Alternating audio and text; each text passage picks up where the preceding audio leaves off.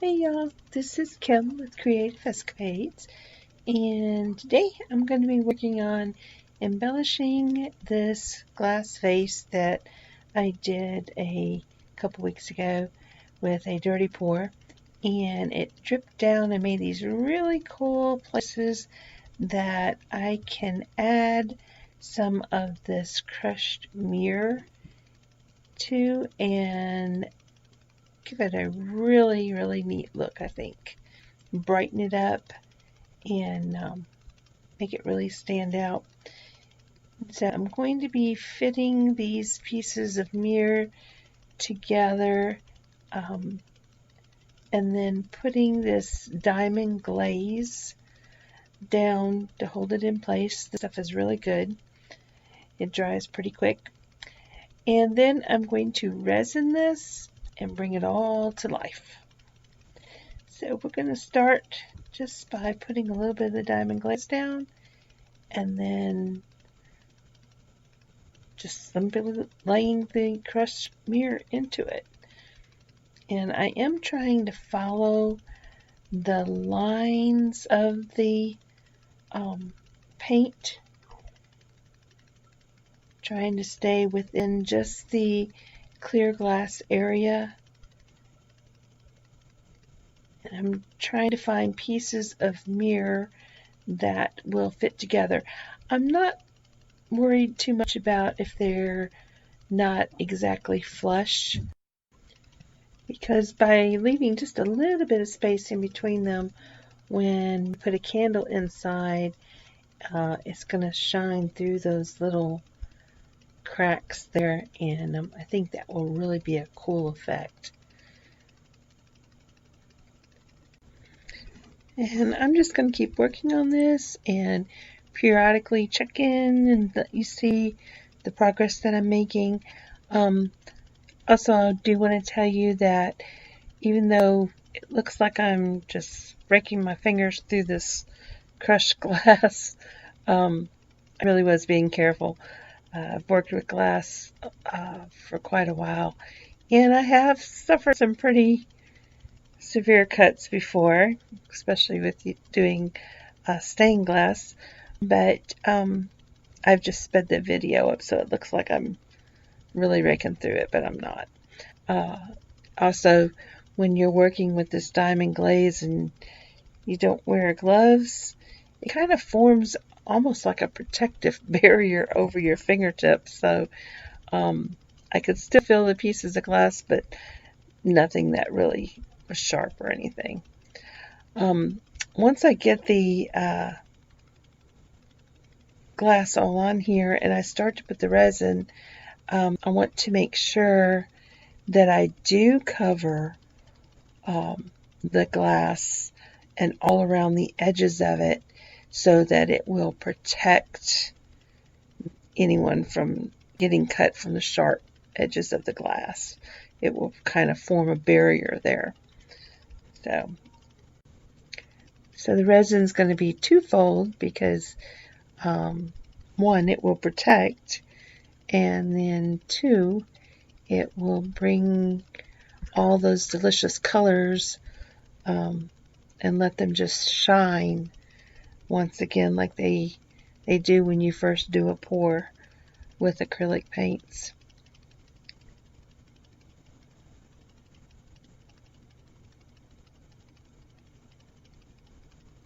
Still trying to follow the line of the paint and trying to stay within that clear glass area. Sometimes it's a little bit hard trying to find the exact piece, but it's like working a puzzle. And you just keep working with it until you find the right piece. I find this kind of stuff, even though it's a little time consuming, it is relaxing at the same time. So here it is, all done. All the glass pieces are in place. And I think it just really, really adds a lot to this vase. So the next step is get our resin mixed and give it a good coating.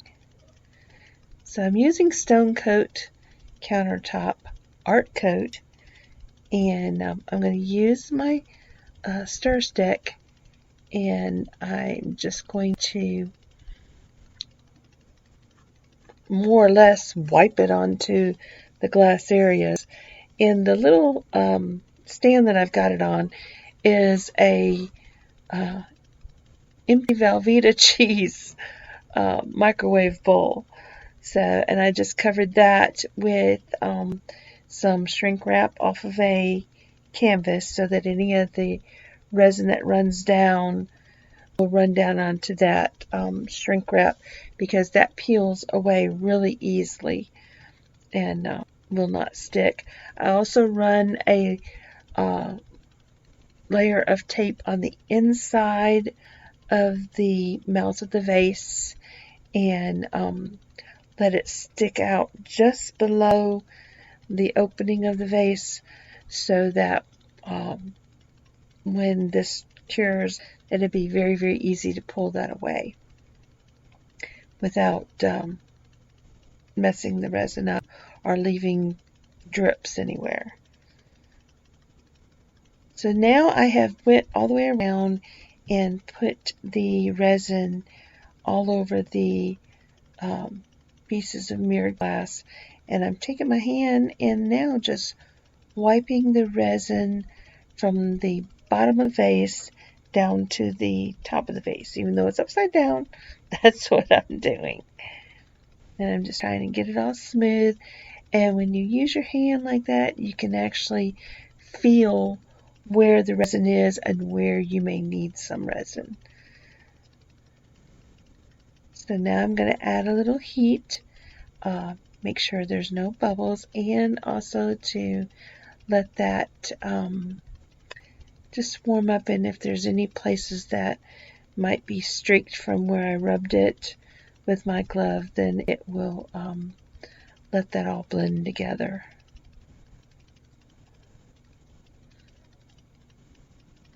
I am wearing a respirator and goggles, so if you saw this weird looking creature, that was me. Now I'm trying to take you in for a close-up so you can see how those colors are coming back to life now that the resin is on there. And some of it is a little more transparent than other places, but that's okay, because that's going to look awesome when you put a candle in there. And so I'm going to show you now what it looks like after it's cured. It's dried nicely. And this is with the candle in it. I love it. So if you've enjoyed this video, please click like and share. If you haven't subscribed yet, please do that now and ring the bell. You'll get notified when I upload future videos. And I want to thank you for watching this one. And I hope to see you in my next creative escapade. Bye-bye for now.